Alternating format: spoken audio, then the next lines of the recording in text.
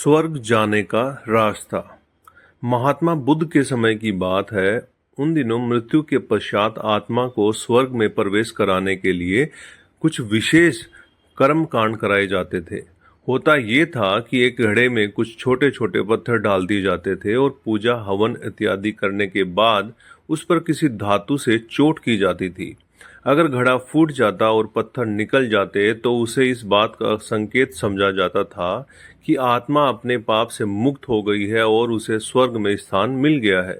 चूंकि घड़ा मिट्टी का होता था, इसलिए इस प्रक्रिया में हमेशा ही घड़ा फूट जाता और आत्मा स्वर्ग को प्राप्त हो जाती। और ऐसा कराने के बदले में पंडित खूब दान दक्षिणा लेते। अपने पिता की मृत्यु के बाद एक युवक ने सोचा, क्यों ना आत्मा शुद्धि के लिए महात्मा बुद्ध की मदद ली जाए।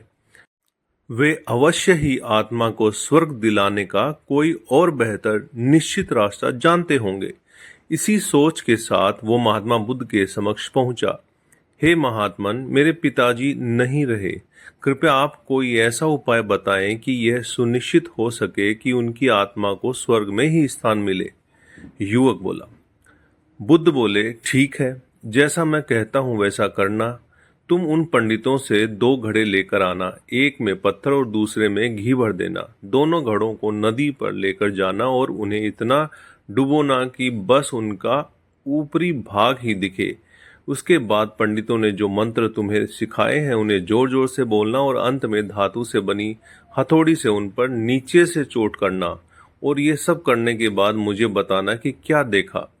युवक बहुत खुश था। उसे लगा कि बुद्ध द्वारा बताई गई इस प्रक्रिया से निश्चित ही उसके पिता के सब पाप कट जाएंगे और उनकी आत्मा को स्वर्ग की प्राप्ति होगी। अगले दिन युवक ने ठीक वैसा ही किया और सब करने के बाद वह बुद्ध के समक्ष उपस्थित हुआ। आओ पुत्र, बताओ तुमने क्या देखा? बुद्ध ने पूछा।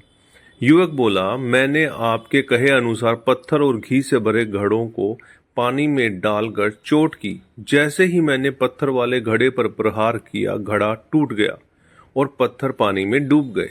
उसके बाद मैंने घी वाले घड़े पर वार किया, वह घड़ा भी तत्काल टूट गया और घी नदी के बहाव की दिशा में बहने लगा। बुद्ध बोले, ठीक है, अब जाओ और उन पंडितों से कहो कि कोई ऐसी पूजा यज्ञ इत्यादि करें कि वह पत्थर पानी के ऊपर तैरने लगे और घी नदी की सतह पर जाकर बैठ जाए। युवक हैरान होते हुए बोला, आप कैसी बात कर रहे हैं? पंडित चाहे कितनी भी पूजा कर लें, पत्थर कभी पानी पे नहीं तैर सकता और घी कभी नदी की सतह पर जाकर नहीं बैठ सकता। बुद्ध बोले, बिल्कुल सही, और ठीक ऐसा ही तुम्हारे पिताजी के साथ है।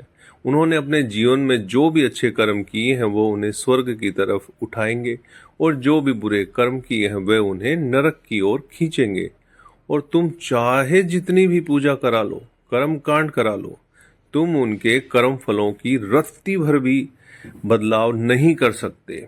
युवक बुद्ध की बात समझ चुका था कि मृत्यु के पश्चात स्वर्ग जाने का सिर्फ एक ही मार्ग है और वो है जीवित रहते हुए अच्छे कर्म करना। तो दोस्तों, ये आपको कैसा लगा नीचे कमेंट करके बताइएगा। नए हैं तो चैनल को सब्सक्राइब कीजिएगा, शेयर कीजिएगा। सभी लोगों का तहे दिल से बहुत बहुत धन्यवाद।